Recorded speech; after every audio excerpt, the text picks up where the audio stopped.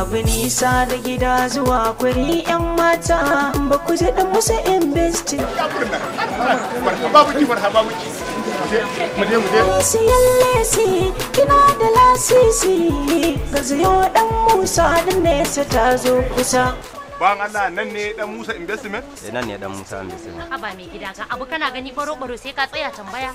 Ni abin da na sani fa gurin nan da kofa uku gare shi yana kallon gidan Ino mai mai. Yanzu kuma na ga wasu kofofi uku reras suna kallon gidan Labaran. Ya hankali na zai da al'amarin nan. To mai gida ba gashi dai mun iso gurin ba? Sai Allah kin ga guri wallahi. Ga leshi ga material ga shaddoji. Amma fa mai gida gurin nan fa yayi. Ni fa baki dinga miki. Ji nake kamar a warware igiyar auren mu in sake zuwa nan hada miki lefi. To ban da abin ka mai gida an taba aure biyu ne? A daura kuma a sake warware ba. Zan sake miki lefi. Zan sake miki lefi. Mu dai ki duba kaya.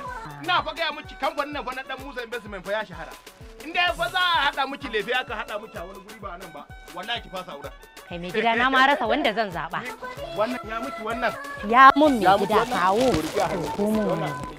Ga wani nan.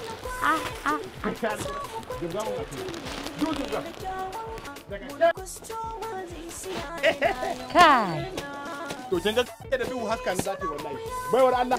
A lissafa waɗannan me kudin kawai ne? Kuna karɓar MT ko? A haba. Abin nan. ATM aka ce mai gida. To MTN. Ga yi kaɗai. A wannan a dubga min lissafi. Yau kamfanin dan Musa Investment sun gama da ni. Sun ƙara faɗaɗa wajen kuma sun ƙaro kaya. Kamar yadda kuka sani kantinmu mai kofa uku yanzu ya dawo kofa 6. Kofa uku na kallon gidan Inuwa mai mai. Kofa ukun kuwa na kallon gidan Labaran. Duk a saman benen yan tebura mall filin fakin a kasuwar kantin kwari da ke kanan damu. Tarho 0706860238. Dan Musa Investment da Allah muka dogara. Ku ji dan musu investing bar sauran kallo.